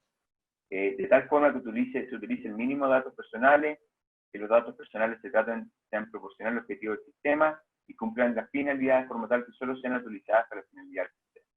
Yo voy a recopilar datos personales. Yo solo los puedo utilizar para el sistema de trazabilidad de COVID. Estos tienen que ser los mínimos datos personales, no es necesario preguntar, ¿no es cierto?, sobre los hijos o sobre patologías, en mi punto de vista, que pudieran haber tenido, ¿no es cierto?, los abuelos de uno, y tiene que haber una proporcionalidad en relación a la data que yo estoy recopilando. Como son datos sensibles, voy a tener que aplicar la máxima seguridad de protección y establecer los permisos de quienes pueden acceder a esta información. Es sumamente importante. Establecer obligaciones de confidencialidad respecto a quienes administran el sistema, y por eso es que tiene que haber una política de privacidad hacia los colaboradores que van a firmar, ¿no es cierto?, el consentimiento, y un protocolo interno como es propio una política de privacidad respecto a las personas que van a operar el sistema. Y muy importante, establecer el menor plazo posible de utilización de los datos, debiendo eliminarse todos los datos una vez cumplida la finalidad del sistema. ¿Cuánto va a durar esta base de datos? Esta base de datos que se va a crear producto del COVID tiene un solo objetivo, que es trazabilidad de COVID. Y eso tiene que quedar muy claro. Y si el día de mañana, Dios no lo quiera, llega otro virus u otra situación que afecte al funcionamiento de una entidad, se tendrá que hacer otro plan, otra política de privacidad y buscar nuevamente el consenso. Finalmente, y con esto concluyo, tenemos que buscar un equilibrio entre la salud y la privacidad de los colaboradores y no subestimar ninguno de los dos, ni la importancia de ninguno de estos dos bienes jurídicos. Y dependiendo, y con esto concluyo, de la industria que yo me encuentre, una política de trazabilidad va a tener mayor o menor asertividad entre los colaboradores. Con esto concluyo. Muchas gracias, Lorena y todos. Muchísimas gracias, Claudio. Creo que hiciste un importantísimo aporte desde los aspectos legales que deben tener las organizaciones respecto de la trazabilidad de datos y privacidad de datos confiables y sensibles de los trabajadores. Ahorita vamos a empezar, digamos, una serie de preguntas.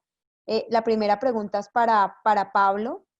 Hay empresas que usan un sensor, hay empresas que usan como sensor el teléfono móvil. Si todos lo tienen, ¿por qué es necesario desarrollar otro tipo de dispositivos?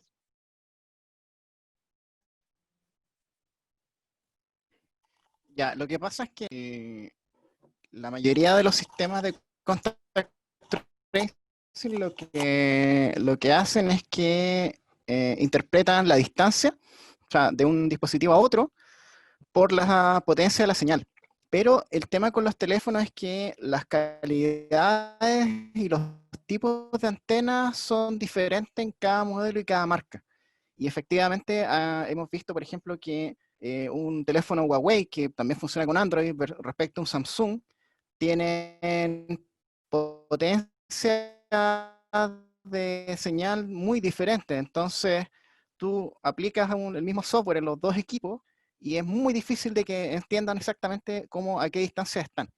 Entonces, ¿por qué nosotros estamos usando pulseras o hardware en general? Es porque tú defines desde el principio cuál es el tipo de antena. La antena es exactamente igual en todos los modelos de ese hardware y tú defines la potencia que es la que se va a usar. Entonces, como tú tienes control de la forma de la antena, porque el diseño de antena es un tema, es casi magia, es muy complejo, cómo se deforma la antena en luz por el rebote de la piel, no da lo mismo usarlo en una muñeca que usarlo ¿cómo se llama?, en el bolsillo del pantalón, pero esencialmente es eso, dan datos muy dispares el uso de análisis de distancia con antenas de celulares, porque varía mucho con los modelos. Esa es como la respuesta más cerrada. Gracias, Pablo. Ahorita tenemos una pregunta para Valeria y es, ¿cuál ha sido su experiencia en hacer efectivamente interoperable los diferentes subsistemas de gestión de riesgo? Bueno, eso siempre ha sido un desafío, hacer sistemas interoperables, independiente de la naturaleza que esos tengan, ya sea de riesgo o de lo que sea, ¿ya? En salud, bueno, hemos tenido bastante experiencia, específicamente en los que tienen que ver con gestión de riesgo en Chile ha sido baja, porque la adopción es baja básicamente también. Sin embargo, podría destacar el caso de Anglo American en Sudáfrica. Ellos tienen una operación minera bastante grande allá, y como parte de su proceso de mejoramiento, de impacto positivo en la comunidad donde se encuentran las faenas mineras, ellos lo que hicieron fue internalizar la prestación de servicios médicos, y la prestación de servicios médicos, como decía, para sus trabajadores y para la comunidad. Entonces, al incorporar, ¿no es cierto?, esa prestación de servicios, de incorporar los laboratorios, los centros médicos, etcétera, como parte de la misma operadora, han hecho, ¿no es cierto?, la integración con los sistemas de gestión de riesgo, específicamente para COVID, pero evidentemente el plan es poder ampliarlo para otras, no necesariamente enfermedades infectocontagiosas, pero sí en un approach de salud ocupacional en términos de silicosis, por ejemplo, u otras enfermedades laborales asociadas a la explotación minera. Gracias, Valeria. Esta es una pregunta para Antonio.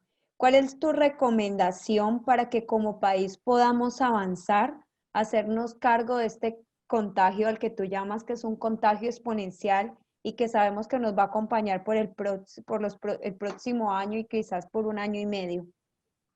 Yo creo que hay dos cosas. Yo creo que se está minimizando mucho. Hay una parte ética que se viene, y yo creo que tal vez Claudio podría mencionar en esto, que es que una vez que se tenga la vacuna va a haber un concepto ético de priorización de quienes reciben la vacuna primero y no. Algo no menor va a ocurrir en ese ámbito. Lo segundo es que yo creo que falta un concepto normativo en Chile, mucho más global de lo que tenemos hoy día. Chile es un país que se terremotea cada 10 años, tenemos un terremoto en que ocurre exactamente lo mismo que está ocurriendo hoy día en el COVID, que es que necesitamos saber dónde viven las personas, dónde tiene que llegar la ayuda, con qué frecuencia tiene que llegar la ayuda y así sucesivamente. Y por lo tanto, el que exista una plataforma de trazabilidad resguardando todo lo que son la información privada de las personas es algo permanente, pero lo que nos falta acá es un mecanismo de intercambio de información que permita, porque yo no voy a tener una solución que resuelva todos los problemas de todas las industrias como Estado. No la voy a lograr hacer. Yo no voy a lograr hacer una solución que sirva tanto para un fabricante de comida, como para una agrícola, como para una manufactura, como para una minera. Va a ser muy difícil que el Estado logre crear una aplicación de ese estilo.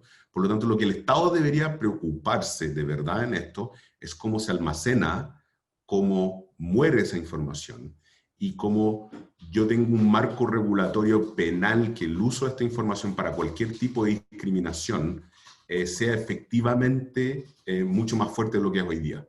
Entonces, yo creo que el contexto del COVID llegó para quedarse desde el punto de vista de cambio de hábitos, y yo creo que uno lo está viendo el día a día en la cola de las notarías, de los supermercados y de las notarías. Pero a mí me da la impresión de que el problema de la trazabilidad es un problema contextual mucho más grande desde el punto de vista de la usabilidad de las plataformas de software que nosotros construimos, que todos los que estamos acá construimos. O sea, hay ámbitos en los cuales yo puedo usar pulseras como lo que está haciendo Pablo, pero hay otros ámbitos en los cuales la gente no va a usar pulseras, no quiere usar pulseras. y esto depende mucho de la relación que tienen las empresas con sus colaboradores. Es ahí donde tenemos que hacer el mayor esfuerzo, en que sea un esfuerzo mancomunado global, y que la tecnología sirva como soporte, pero la tecnología no lo va a resolver esto.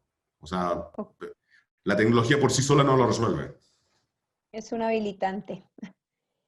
Bueno, gracias Antonio, y esta es una pregunta para Claudio. En los casos de implementación de sistemas de trazabilidad, ¿cómo ha sido el consentimiento de los trabajadores? Normalmente el consentimiento de los colaboradores se da y se obtiene, pero va a depender de nuevo mucho de la socialización que se haga del sistema de trazabilidad y del proyecto. Cómo se comparta este sistema. Cuando yo en mi experiencia he visto distintas empresas,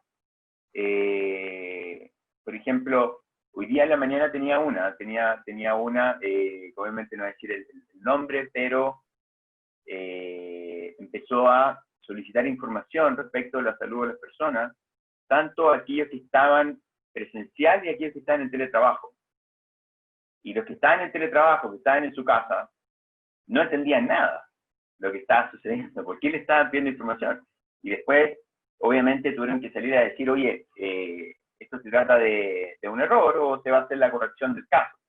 Lo cual demuestra, ¿no es cierto?, que es un caso que, de nuevo, que si voy a imponer, no imponer, si voy a aplicar un sistema de trazabilidad al interior de una empresa, tengo que sociabilizarlo y mostrar cuáles son los beneficios de aquello para poder lograr el consentimiento y la mayor participación posible. Gracias, Claudio. Acá tenemos otra pregunta para Valeria y es, ¿cuáles crees que son las principales barreras que comúnmente se encuentran al ejecutar interoperabilidad entre las empresas y cuánto nos cuesta, o sea, cuánto tiempo nos cuesta abordarlas? Wow, súper buena pregunta. Bueno, hay varias barreras, hay barreras que tienen que ver básicamente con temas organizacionales y de sensibilización en torno a la interoperabilidad. Básicamente porque existe, ¿no es cierto?, el desconocimiento o la mala, digamos, el mal concepto de que la interoperabilidad es solamente ya dejar, ¿no es cierto?, yo comparto mis datos a diestra y siniestra. No es así. La interoperabilidad busca que cada sistema tenga gobernanza sobre los datos que comparte y que esa gobernanza obedezca, ¿no es cierto?, a un propósito en particular. No es todos los datos y porque sí. Entonces, a veces de repente esa confusión genera reticencia. Por otro lado, también, como les decía,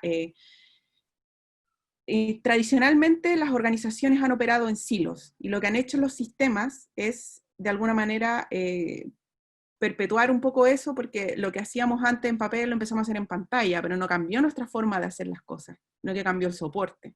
Entonces, si operamos inicialmente en silos, vamos a hacer un sistema que obedezca a ese silo de información.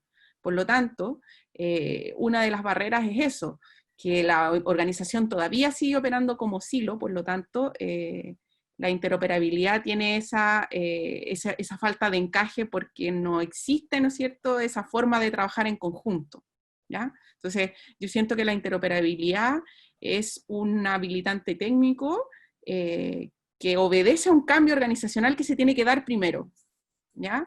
En salud es muy crítica porque en el fondo lo que hace es garantizar el continuo de información para el continuo de cuidado de un paciente, que en el fondo tiene que ver con su vida o muerte. Es muy crítico. Y ahí es sensible, en salud, el área de salud es muy sensible en términos de interoperabilidad y es donde se dan las mayores iniciativas en nuestro país.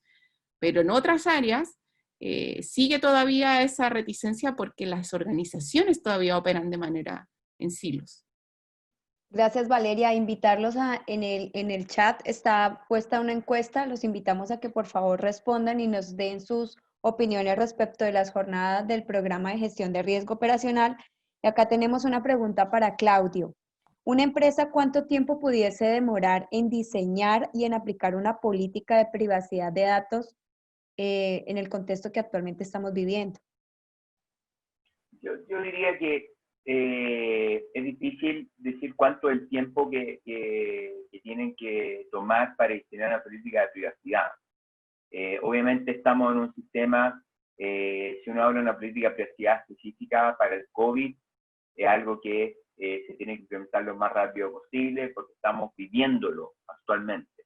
Ahora, y quiero recalcar esto, hoy día todas las empresas deberían tener, y si no la tienen, por favor, háganlo ahora, una política de privacidad y protocolo de tratamiento de datos personales.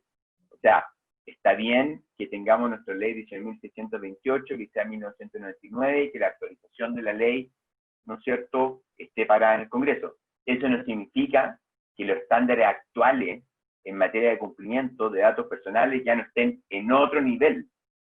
Y el llamado es a todos, por favor, subamos ese nivel, ¿no es cierto? Hoy día sabemos que existe un reglamento general de datos personales, sabemos que cuando hay la mínima relación con ciudadanos de la Unión Europea, tenemos que aplicar las reglas del reglamento general de datos personales, y también sabemos que se ha impuesto de facto un estándar, que es el reglamento general de datos personales, nos gusta o no, donde la mayoría, bueno, es decir, todas las empresas multinacionales, cuando uno revisa sus políticas de privacidad, se da cuenta que optaron por ir al estándar del reglamento general de datos personales.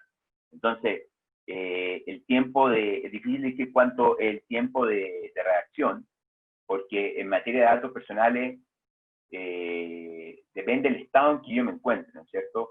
Pero es más lo que se busca, ¿no es cierto?, que es por diseño, es la política de privacidad de datos personales por diseño, o sea, realmente revisar en qué industria estoy, cuál es mi entidad, cuáles son los tratamientos de datos, para poder hacer una política de tratamiento de datos que sea efectivamente, que corresponda a la realidad de la entidad respecto a la cual se crea. Obviamente en una situación de urgencia, uno podría decir, bueno, vamos con una política de privacidad más genérica, ¿no es cierto? Levantemos algo, empecemos por alguna parte. Pero al final del día lo que nosotros tenemos que buscar es que la política de privacidad de una empresa reconozca la realidad. Ya. Tengo la última pregunta, esta pregunta es abierta. Hemos hablado, digamos, de una serie de desarrollos tecnológicos que si bien hoy están aplicados para las grandes organizaciones, ¿cómo se adapta esto al nuevo normal, entendiendo que ya iniciamos, digamos, una fase de reinserción a un nuevo normal que viene por etapas, que se está llevando a cabo en las diferentes comunas, pero ya cuando esto llegue a un tema de retail, hemos visto que ya empezaron a abrir, digamos, algunos malls, cómo va a ser esa reincorporación de los niños al colegio, de las universidades, ¿cómo ven ustedes que debe ser esta adaptación, que debe ser gradual, pero que no es menor porque gestionar el tema de contactos es muy difícil? Entonces es abierta para el que la quiera responder. Yo te doy un primer camino. Hemos estado trabajando mucho con el Ministerio de Hacienda y con las municipalidades respecto a esa pregunta. No es una pregunta fácil, porque justamente entra dentro de todo el enredo legal que yo diría humildemente tenemos en Chile, en quién es dueño de la información. Por ejemplo, los municipios no tienen acceso a los contagiados por COVID. Los colegios no saben si los alumnos viven con personas que tienen mayor riesgo al contagio, mayores de 80, personas con enfermedad crítica, por justamente el tipo de información que tienen. Y efectivamente no vas a tener una recuperación o una retomada económica si es que los padres no pueden salir a trabajar porque están los hijos en sus casas y así sucesivamente. Yo no creo que sea un problema fácil de resolver. En todo este tiempo lo que he echado de menos, y en eso yo creo que Claudio puede opinar, es una ley corta de cómo el MinSal puede tener un rol más activo en darle garras tanto a los municipios como a la dirección del trabajo en el trámite de las licencias en forma más automatizada, en evitar colas absolutamente innecesarias en cada uno de estos lugares. Pero si no tenemos un mecanismo de trazabilidad que nos permita ubicar, identificar y sacar de circulación a las personas que tengan un contacto cercano o estén contagiadas, el regreso a los colegios se ve extremadamente difícil sin una vacuna. porque vamos a tener rebrotes muy rápidamente. Basta ver lo que ha ocurrido en Estados Unidos con la reapertura a clase y en universidades que han tenido 1000 contagios en cosas de semana, y colegios que simplemente no están volviendo al mundo real en forma tan agresiva. Tenemos una economía que es muy poco compleja, además, por lo tanto requiere que las personas estén en sus trabajos. Empresas de servicio como la nuestra es mucho más fácil, pero, por ejemplo, la minería requiere que las personas suban a la mina. Pueden posponer mantenciones durante cierto tiempo, pero después de un tiempo tienen que ir a hacer las mantenciones. Lo digo por experiencia nomás, mi señora trabaja en BHP, Pablo, y pospusieron hartas mantenciones durante un buen tiempo con tal de minimizar contagios, pero más allá de eso, en el otro mundo, en el mundo de servicios y manufactura, si tú no tienes los colegios abiertos no puedes reabrir, es simplemente así de simple. ¿Algún comentario adicional? Dale, Pablo. Por parte del trabajo que estuvimos haciendo con Sofofa para el tema del documento que presentó recomendaciones de vuelta al trabajo seguro, efectivamente hay un problema serio, que es falta de liderazgo, digamos, del gobierno o del ente público respecto de orientaciones de qué tema hacer. La gente, por ejemplo, en la mesa tuvimos a varios representantes de las mutuales, la Mutual de Seguridad, ¿cómo se llama? La H, y ellos nos contaban que efectivamente ellos han tenido que ir empujando y fueron un poco, entre comillas, forzando al MinSal y al gobierno a tomar decisiones respecto de qué se consideraba una licencia médica COVID. Originalmente no era así.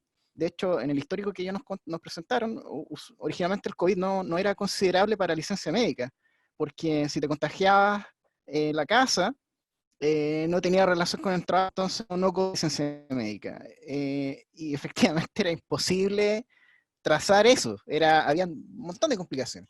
¿Qué es lo que está sucediendo ahora? Es que se está produciendo una especie de adaptación de la industria, y en general yo creo que lo que vamos a ver en los próximos meses son cambios de conducta de diferentes industrias orientándose a tratar de adaptarse a hacer lo mejor posible que pueda hacer en el contexto de que efectivamente la regulación es mala. No hay liderazgo desde el punto de vista de indicaciones de hacia dónde hay que ir o qué es lo que hay que lograr, porque no se ven. Es cosa de ver España de Fondéate en tu casa, que yo la considero un absoluto desastre, y en menos de una semana no hubo capacidad de definir exactamente qué es lo que había que hacer. Multipliquen eso por el estamento público por 100, y no es un tema netamente de que efectivamente esta pandemia ha generado algo que nunca nos había pasado. Nosotros lo vimos con el trabajo con Eduardo en el tema de ventiladores, que no hay ni un experto en COVID, no hay nadie. Tú no puedes, no existe, así como un experto en legislación, como tenemos a Claudio, no existe un experto en COVID, no hay nadie a quien consultarle. Oye, mira, tenemos tal problema, ¿qué deberíamos hacer en base a cómo se comporta el virus y cómo se comporta esta pandemia? Nadie tiene idea. Hasta el día de hoy, yo participo en hartos simposios que los mismos médicos del comité me invitan. El doctor Fugueo nos hemos hecho bien amigos, y me invita a los simposios de médicos internistas a nivel latinoamericano. Y tú ves los simposios de las autoridades médicas a nivel mundial, y lo que están contando son buenas prácticas. Mira, a mí me funcionó, nos funcionó súper bien hacer una traqueotomía para un paciente y no entubar. Ah, ya, perfecto. Ya. ¿Y qué pasó en Italia? Tal cosa. Ya. ¿Y cómo estamos en Chile? Mira, estamos haciendo esto. ¿Y qué ha funcionado? Esto otro. Pero si tú consultas quién es un experto que te pueda decir, mira, va a pasar esto porque se comporta esta, no existe, no hay. Entonces, ese es el principal enredo, que estamos en una permanente adaptación. Ahora, ¿cómo lo veo yo en el futuro? Es que efectivamente las condiciones de adaptabilidad para el tema de la vuelta al colegio va a ser absolutamente muy particular para cada colegio, va a ser particular para las comunas. La industria se está adaptando de manera muy muy especiales también. Por ejemplo, la que nosotros ya estamos viendo temas con retail, y efectivamente hay unos cambios de conducta que son impresionantes. O sea, hoy en día el retail completo se está yéndose al e-commerce, y, por ejemplo, todas las inversiones a futuro, me contaban a mí una planta de plástico, que él vendía bolsas plásticas, y uno diría, bueno, esa empresa, esa industria murió. No, no murió, curiosamente no murió. Le ha ido súper bien, porque la industria del e-commerce tiene que empaquetar. Entonces la bolsa de empaquetamiento para cerrar un producto para que te lo manden ha sido un boom. ¿Por qué? Porque el e-commerce explotó. Hoy en día tú tienes un kiosco diario, e-commerce. Y se ha dado de tal manera el cambio de la industria y de las actitudes de la gente, que lo que es difícil prever para dónde va. Claramente todas las instituciones, la legislación, el Estado van a ir a la cola, porque no están siendo capaces de plantear una meta, ni no tienen liderazgo. Al final la cosa va a ser casi por inercia. Pero efectivamente hay una adaptabilidad que se está viendo. Y en el caso de la minería han sucedido cosas muy especiales. La minería está en medio de una revolución acelerada de tecnologización desde marzo. Todos los proyectos que existían respecto a integrar tecnología en la operación, tener mayor control, todos explotaron, todos. Me refiero a explosiones a que todos lo quieren ahora ya. Y ha pasado, y es un tema que llama mucho la atención, que hay operaciones mineras que aumentaron la productividad pese a tener solamente el 40% de los operadores en planta. Y uno se pregunta, ¿cómo es posible que la industria funcione con el 40% de los operadores y ganen más plata y produzcan más? Es una pregunta que hay que estudiar y es para largo. Pero efectivamente lo que ha generado esta pandemia es que hay un cambio absoluto de paradigma respecto a muchas situaciones.